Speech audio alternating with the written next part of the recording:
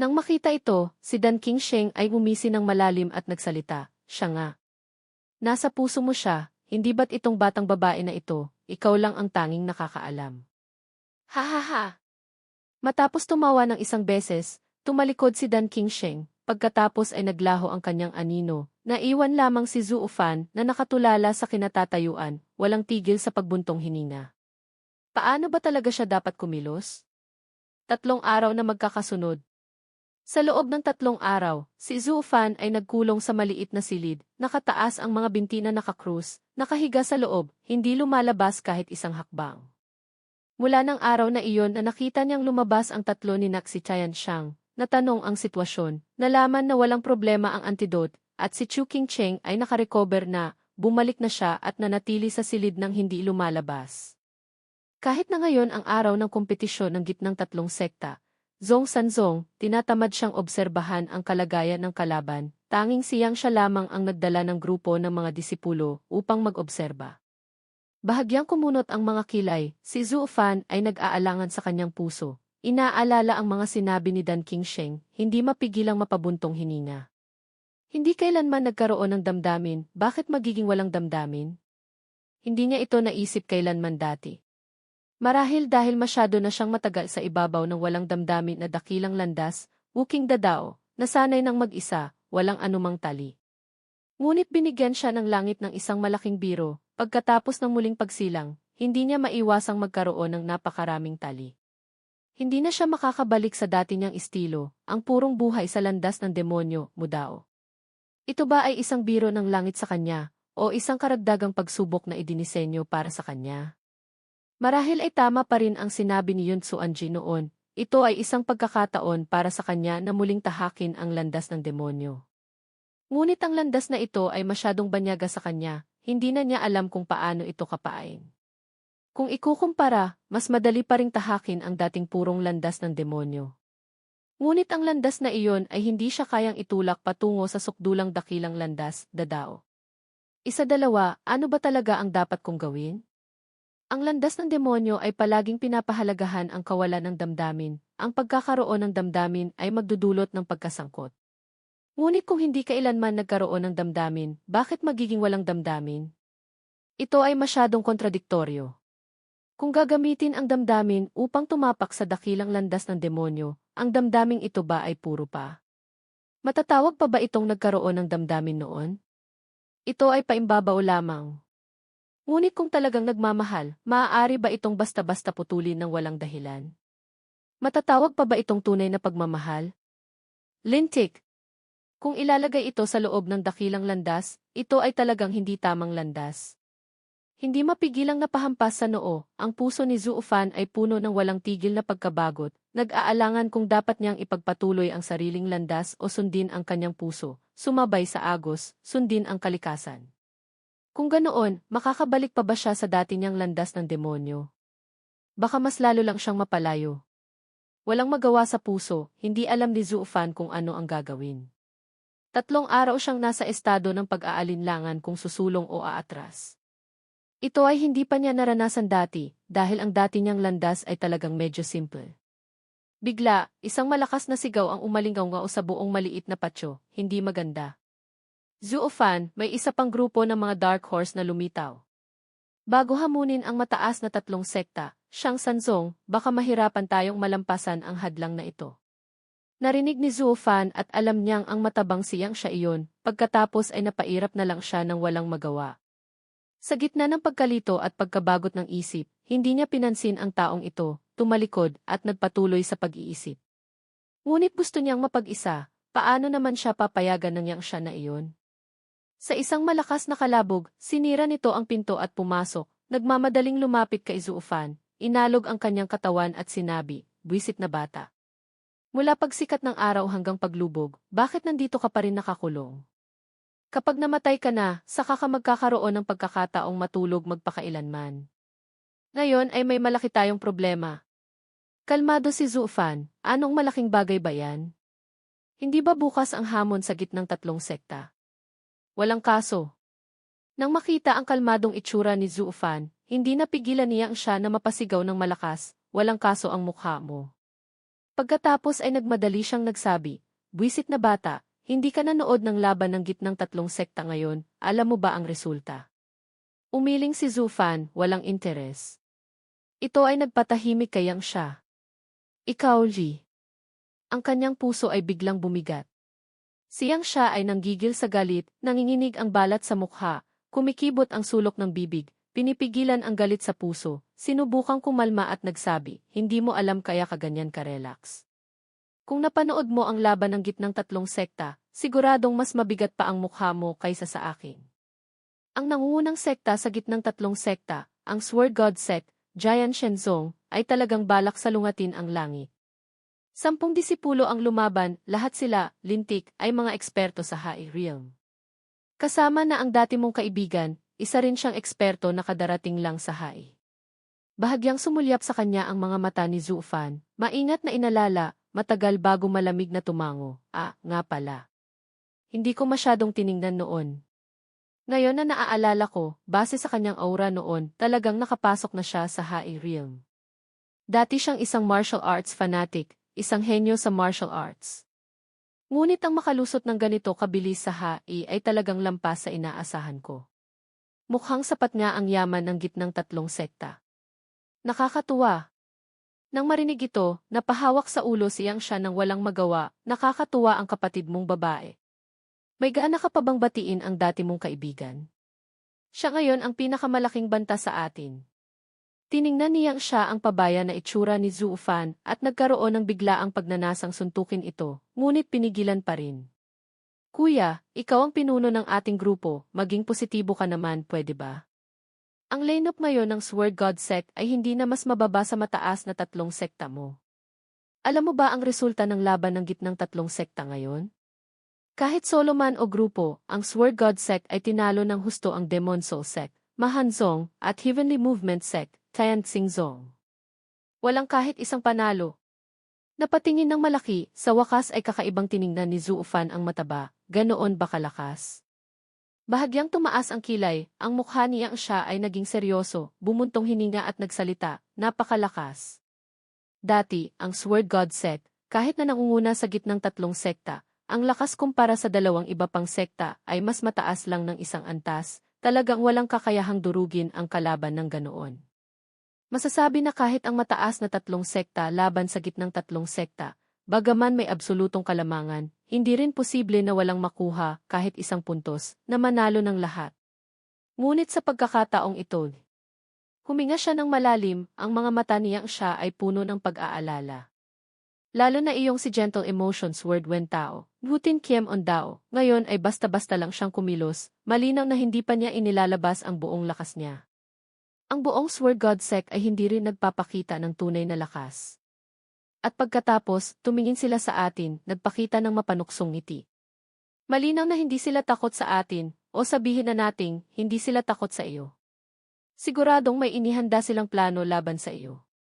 Ito ang pinakaikinababahala ko. Bahagyang tumango, ang mukha ni Zufan ay naging seryoso, ganoon pala. Kung gayon kailangan niyang pagtuunan ng pansin. Seryoso niyang sinabi, "Kung gayon, mailalabas ko lang ang aking panuntunan ng hindi pagkatalo, garantisadong hindi matatalo." Biglang nagliwanag ang mga mata niyang siya, nagtatanong ang mukha, "Ha? Mayroon kang panuntunan ng hindi pagkatalo? Sabihin mo nga." Bahagyang humisi ang sulok ng bibig ni Zufan, mahinang tumawa, "Hindi tayo lalaban sa kanila, edi hindi tayo matatalo. Kung hindi, tusukin natin ang gitnang tatlong sekta para bumagsak. Edi ang mataas na tatlong sekta ay huwag na ring umasa." Hindi mapigilang umikli ang mukha niyang siya, biglang nag-alab sa galit, nanlaki ang mga mata, at hindi napigilang mapasigaw kay Zufan, "Iyan ba ang panuntunan mo ng hindi pagkatalo? Lintik! Sino ba ang nagsabi noon na hahamunin ang mataas na tatlong sekta? Iyong mayabang mong salita. Ngayon na nakaharap ka sa isang matigas na buto tulad ng Sword God Sect na humaharang, aatras ka na? Anong kalokohan yan?" Mahinang humikab, si Zufan ay kalmadong tumalikod papunta sa kabilang direksyon, hindi na pinansin ang matabang ito. Mayroon pa siyang mga nakakabagabag na bagay sa isip na kailangang lutasin, wala siyang panahon para intindihin ang mga bagay na ito. Tungkol naman sa kapakanan ng sekta, wala siyang pakialam ng ganoon karami. Ang madala kayo sa gitnang tatlong sekta, natupad na niya ang kasunduan kay Xiuyu. Gusto pang umakyat sa mataas na tatlong sekta. Haha, kayo na ang mag-isip ng paraan. Nang makita si Zuofan na may ganitong itsura ng pagkabagot, siyang siya ay nawalan na ng masasabi, nagdadalamhati sa puso. Ang taong ito ay talagang pabigla-bigla, kumikilos batay lamang sa kanyang kalooban. Kapag maganda ang muod, mayabang at kampante, kayang bigyan ka ng daan patusok sa langit. Kapag masama ang muod, bigla na lang niyang pinapabayaan ang lahat. Nakakabaliw talaga. Ngunit wala siyang magawa. Bigla, may sunod-sunod na katok sa pinto. Si Quilang ay hindi alam kung kailan nakarating doon. Nang makita siyang siya na namumula ang mukha at si Zuofan na tamad, alam niyang nag-away sila, kaya hindi siya naglakas loob na maging padalos-dalos, kumatok na lang sa pinto, yumuko at nagsalita, "Tagapamahala Zuo." Kagalang-galang niyang siya, may mga tao mula sa Heavenly Movement sect na nais makipagkita. Kumunot ang noo, sumulyap siyang siya kay Zuofan, nagtataka sa puso. Ilang araw na kami rito, hindi pa kami nagkikita, bakit ngayon pupunta rito ang Heavenly Movement sect? Malakas na tinapik ang balikat ni Zuofan, siyang siya ay umungol ng bahagya, pagkatapos ay tumalikod at umalis, "Bata, hindi pa tapos ang usapang ito. Mauuna na ako, mamaya ulit tayo mag-usap." Hindi, wala man lang pakialam si Zuofan, walang interes na ngumuso. Ngunit sa sandaling iyon, si Quilang ay hindi rin naglakas loob na istorbohin siya. Maingat na isinara ang pinto para sa kanya, handa nang umalis, nang biglang may naisip si Zuofan, agad niya itong tinawag pabalik, "Quilang, sandali. Pumasok ka rito, may itatanong ako sa iyo." Nagmamadaling pumasok si Quilang, yumuko at nagsalita, Tagapamahala Zuo, kung may ipag-uutos po kayo, sabihin niyo lang po." Dahan-dahang iwinagayway ang kamay, si Zuofan ay nag-alinlangan sandali, biglang naging seryoso ang mukha, mahinang nagsalita, "Quilang, ikaw at ang taong iyon siguro ay may malalim kayong nararamdaman. Kung hindi, hindi ka maglalakas loob na isuko ang laban para sa kanya. Iyan ay isang kasalanang kamatayan, Narinig ni Quilang ang tanong ni Zuofan, tumingala sa langit, bumuntong hininga at nagsalita, "Dalawa. Ang pag-ibig mula pa noong unang panahon ay walang pagsisisig." Ngunit agad siyang pinutol ni Zuofan, seryosong sinabi, Sige na, hindi kita pinapabigkas ng tula para mag-emote. Gusto ko lang itanong sa iyo, alam mong ang landas ng demonyo ay ang paglilinang ng walang damdamin na landas, bakit ka pa rin kasama ng iyong ti?"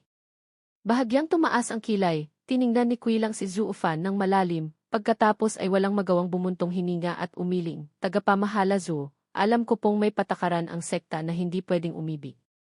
Ngunit ang ganitong uri ng damdamin, kapag dumating na ito, parang rumaragas ang ilog na sumisira sa dike, hindi mapipigilan ang pag-agos nito, kahit gustuhin mong pigilan ay hindi mo kaya.